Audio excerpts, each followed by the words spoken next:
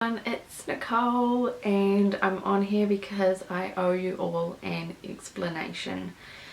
So if you're a subscriber of mine, you will know that I have been putting up pregnancy vlogs. I put up week 4 and I put up week 5, and a lot of you have been very confused because you're like, but we're on Facebook and we saw that you miscarried, or there are people who are not on Facebook who are saying congratulations, and then they're seeing comments about me miscarrying and everyone's all confused. So I'm doing this miscarriage story to update you all and to clear things up and to just, you know, let everyone know what's going on basically and what's happening in the future. So I did get pregnant, obviously, because I've got pregnancy vlogs going, and I made it to just before 6 weeks before I miscarried. I did both of my pregnancy vlogs obviously before I miscarried, and I just did not have the time to upload them. And when I did miscarry, I decided that I didn't want to put them up and that I was just too upset about it, and I was just like, you know, this is just going to be a reminder to me that I've miscarried this baby. But then once I had time to cool down and just think about it some more, I decided that I would upload them because it's part of my journey. There's no point skipping out parts of my journey just because they're not happy, because they didn't go the way I planned.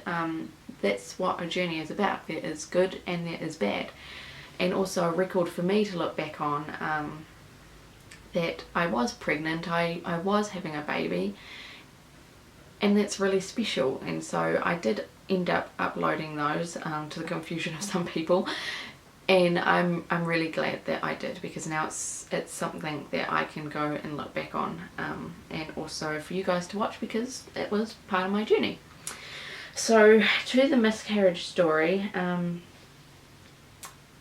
when I got pregnant, my pregnancy test lines were light, and then they did start getting darker. My blood tests weren't great. My first beta, I keep saying beta, and that's probably very Kiwi of me. I think most of you Americans or British pronounce it beta. This beta was only 21, and they like to see levels of 40 to 50. With Roman, my first beta at 13 DPO, I did IVF, but I just say 13 DPO so everyone understands, was 98. So when this one came back at 21, I knew straight away that that wasn't good. Not good at all. But I still had maybe a little bit of hope that it was just a latent plantar. I mean, it only just started getting positive pregnancy tests. It took a long time. And so I had a little bit of hope, and I took pregnancy tests every day. And then my next blood test, which was 4 days later, only went up to 39. It was actually 38.6 or something, so it was rounded up to 39. And that wasn't great either. So basically for 2 whole weeks I was in limbo, and it was just awful, wondering, am I going to be pregnant? Am I going to lose this baby? I had no cramping or bleeding or anything, and so I kind of had hope, and my pregnancy tests were getting darker. And even after that blood test, my pregnancy tests were getting darker and darker and darker, and it gave me hope. And then all of a sudden my hope was completely shattered after the 3rd blood test, when my levels came back at 30. So my levels had dropped, and that completely took me by surprise. Like, that phone call, I just did not expect that at all, because when you see pregnancy tests get darker, you expect that your levels are rising. And so when my pregnancy tests were a lot darker than all the others, and yet my levels had dropped, I was just not expecting that. So I think it really hit me quite hard, and I was just like, wow, okay, was not expecting that at all. Yeah, so, but I felt really composed. I didn't cry. I was just like, right, okay. I was, in the back of my mind and in my heart, I think I thought that this pregnancy was going to end in miscarriage. I think right at the very back, you know, the hope was all at the front, going, it's okay, it's going to be okay, it's going to be okay. But at the back of my mind, I just knew something was not right. And yeah, so I got off the phone to my nurse, and I just kind of sat there, and then I put it on Facebook. I let you guys know, and I held it together until someone said about my angel now being in heaven, and I just like that was it.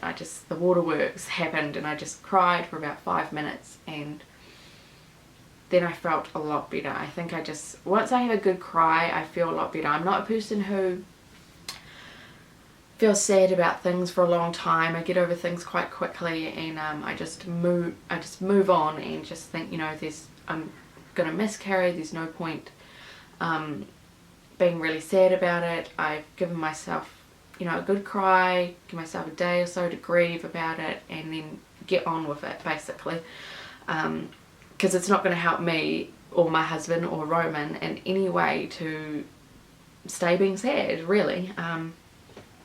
That's just the way I see things anyway. I mean, for other people, they grieve for weeks and weeks, even maybe years, for miscarriage, and they're never the same again. Well, I'm just not like that. I get over things quickly and just move on, and that's just how I've always been. So that was on the Friday that I got the blood test. Over the weekend, nothing happened. No bleeding, no cramping, no nothing. And I just thought, oh my goodness, this miscarriage is going to go on forever. Like, I've got a friend, and when she miscarries quite often, which is really sad. Her miscarriages go on for weeks. It will take weeks and weeks for the bleeding to stop. It will take weeks for her levels to go back down to negative. So I thought I was going to go the same way until Monday. All of Monday felt fine until the afternoon, when I started to get some cramping, and I just knew, I was like, okay, it's time, it's going to happen tonight.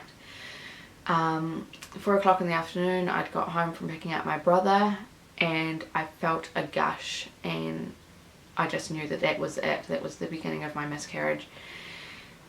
And I went to the toilet, and what I saw in my underwear confirmed it. It was just a big gush of blood, and so I wore a panty liner, and that eventually wasn't enough. And I don't use pads, and I don't use tampons. I use a Fem cup. So I just use the Fem cup.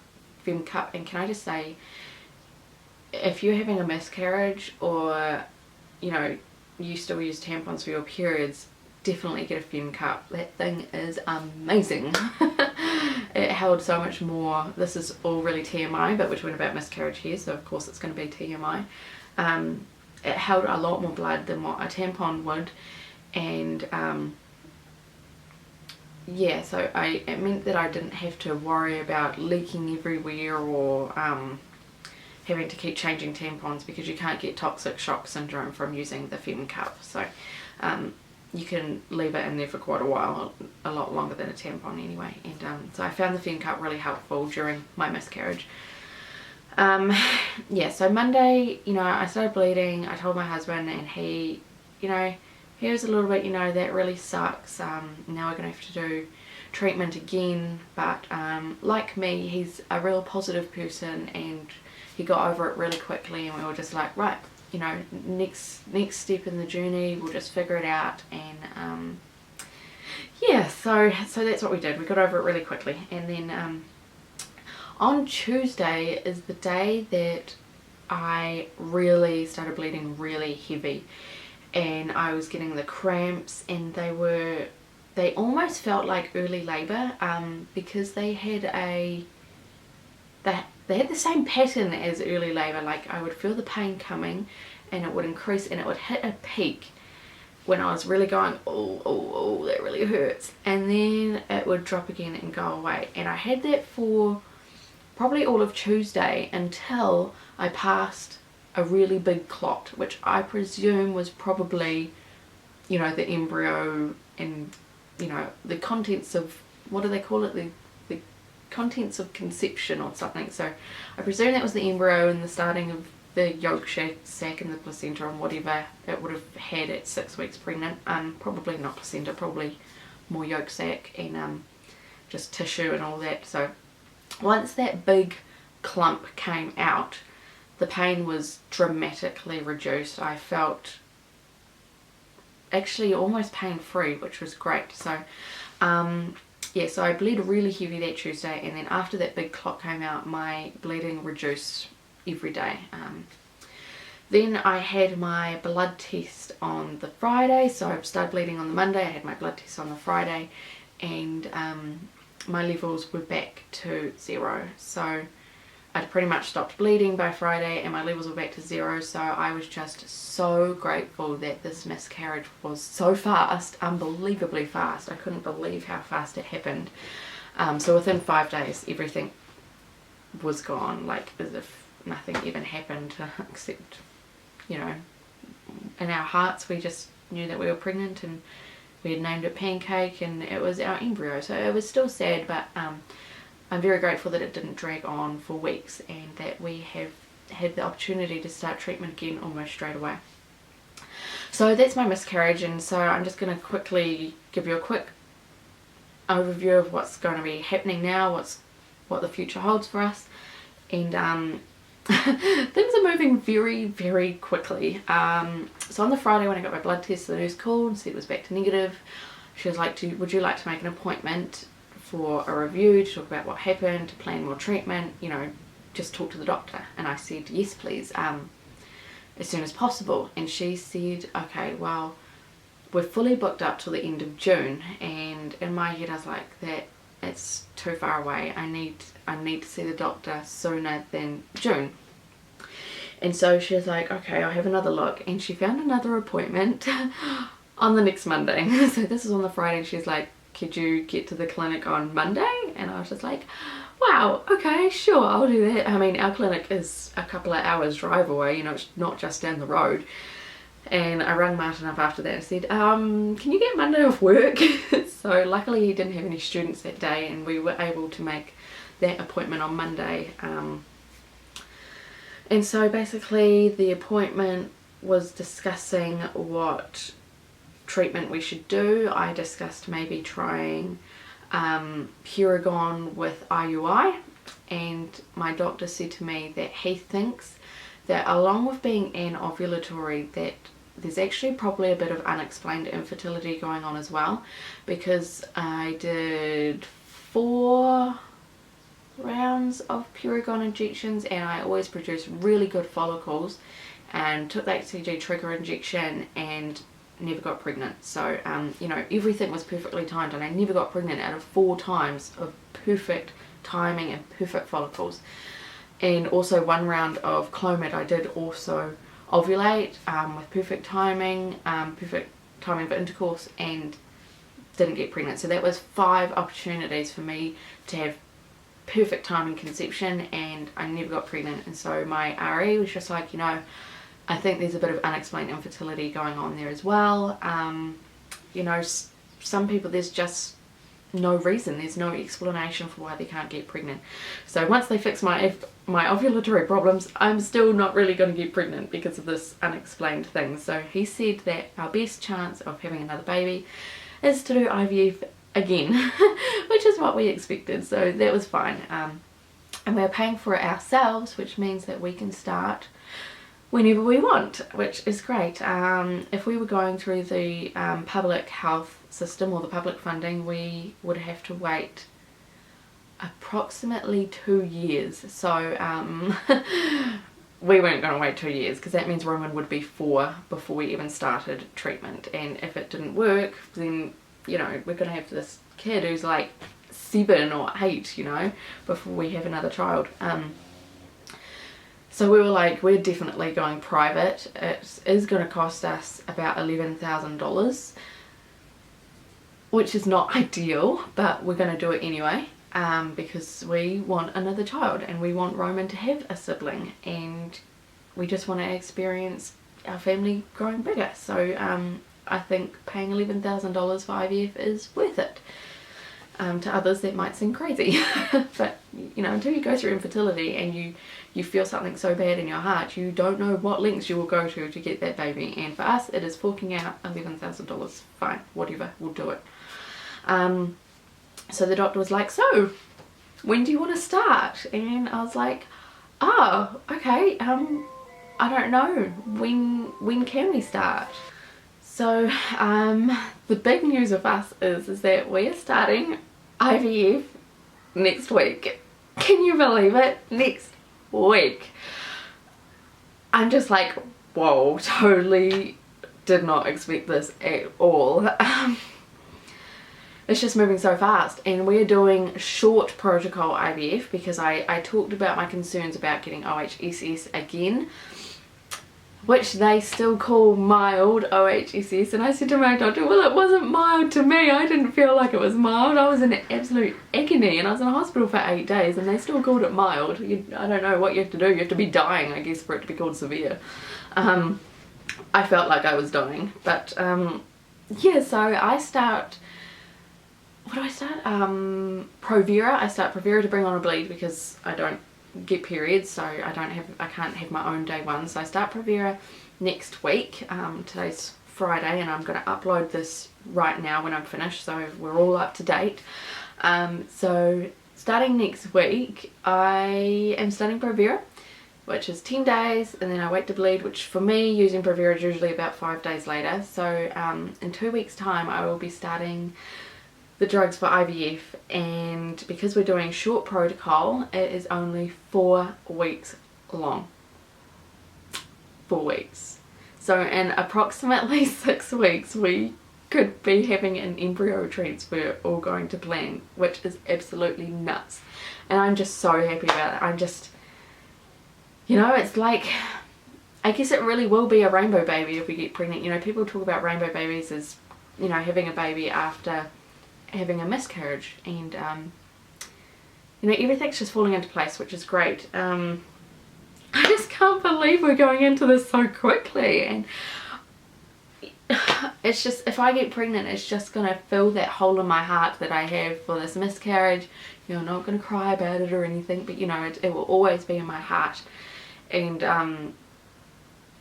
doing IVF again is just going to be so exciting. It's given us hope, and we will be vlogging the entire journey again. So if you are not subscribed to me already and you're about to embark on an IVF journey, subscribe now, because we are going to be filming everything.